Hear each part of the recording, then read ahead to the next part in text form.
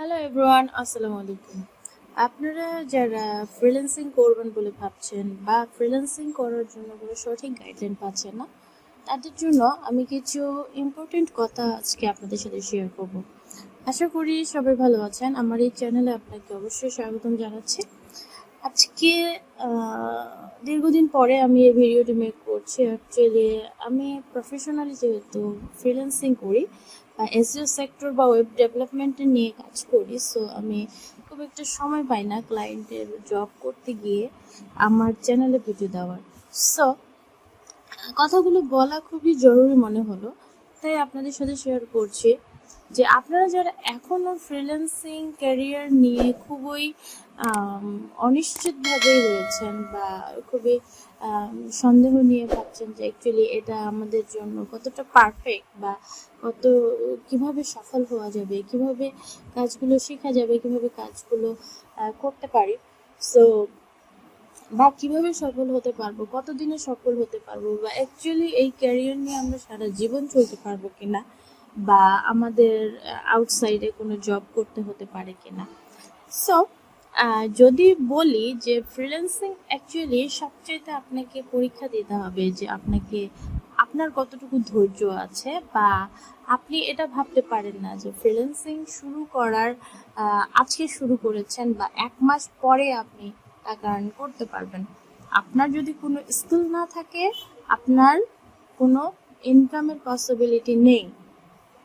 আপনার এখানে সবচেয়ে ফোকাস করতে হবে আপনি কতটা স্কিলড, আপনি একটা বিষয়ে কতটা পারদর্শী, বা আপনি একটা বিষয় নিয়ে কোর্স করছেন, কাজ শিখতেছেন, সেটা নিয়ে কতটা অ্যাডভান্স লেভেলের কাজ আপনি পারেন।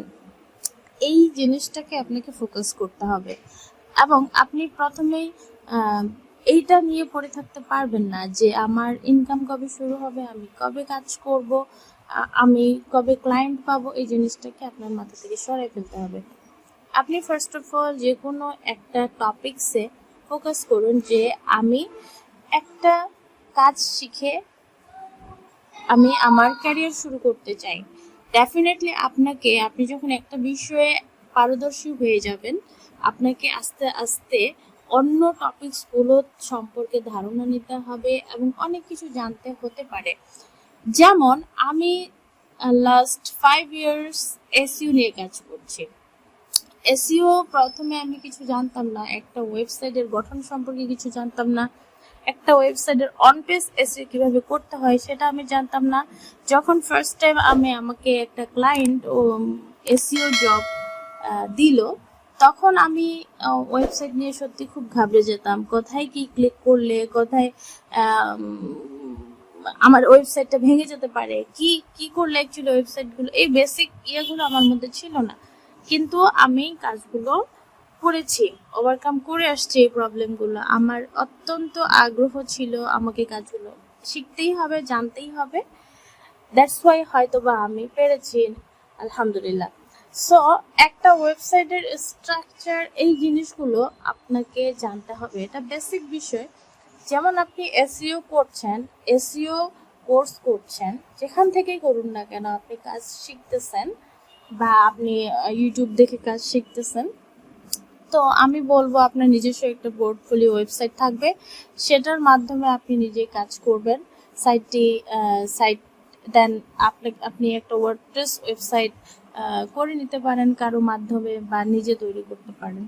যদি আপনি এতটা স্কিলড না হন, তাহলে আপনি কারো মাধ্যমে একটা ওয়েবসাইট তৈরি করে ওইটার মাধ্যমে আপনি এসইও গুলো প্র্যাকটিস করতে পারেন। দেন ওই এসইও করার প্র্যাকটিস করার পাশাপাশি আপনাকে কি করতে হবে, যখন একটা বিষয় আপনি কমপ্লিটলি আপনার ধারণা থাকলো, আপনি এসইও সম্পর্কে পাচ্ছেন, আপনার সাইট আপনি র্যাঙ্ক করতে পারছেন, দেন পাশাপাশি কি ওয়ার্ডপ্রেস নিয়ে কাজগুলো শিখতে পারেন, একটা ওয়েবসাইট কিভাবে তৈরি করে সেগুলো নিয়ে কাজগুলো করতে পারেন। আচ্ছা, দেন নেক্সট আমাদের কি করতে হবে, এসইও তে আমাদের কি কি প্রয়োজন হয়, সোশ্যাল সাইটগুলো প্রয়োজন হয়। সো সোশ্যাল মিডিয়ায় যেমন ইউটিউব, ফেসবুক, এই জিনিসটা খুবই জরুরি। এই দুইটা সোশ্যাল প্ল্যাটফর্মে আপনার কাজ করতে হতে পারে ক্লায়েন্টের জন্য বা আপনার জন্য।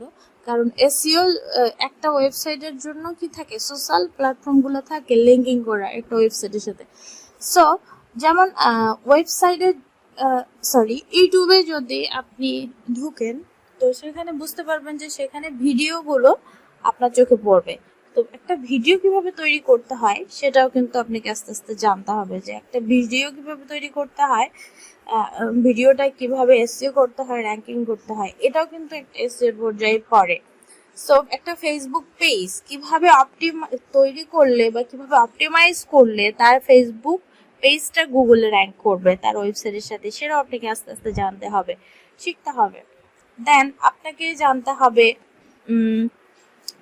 কিভাবে একটি ওয়েবসাইটের কন্টেন্টগুলো তৈরি করতে হয়, কোয়ালিটি কন্টেন্ট, এবং কন্টেন্ট ছাড়া আপনার ওয়েবসাইটের র্যাঙ্কিং পসিবল না। এখানে কিন্তু আপনি দেখুন কতগুলো একটার সাথে একটা কাজগুলো ওতপ্রোতভাবে জড়িত।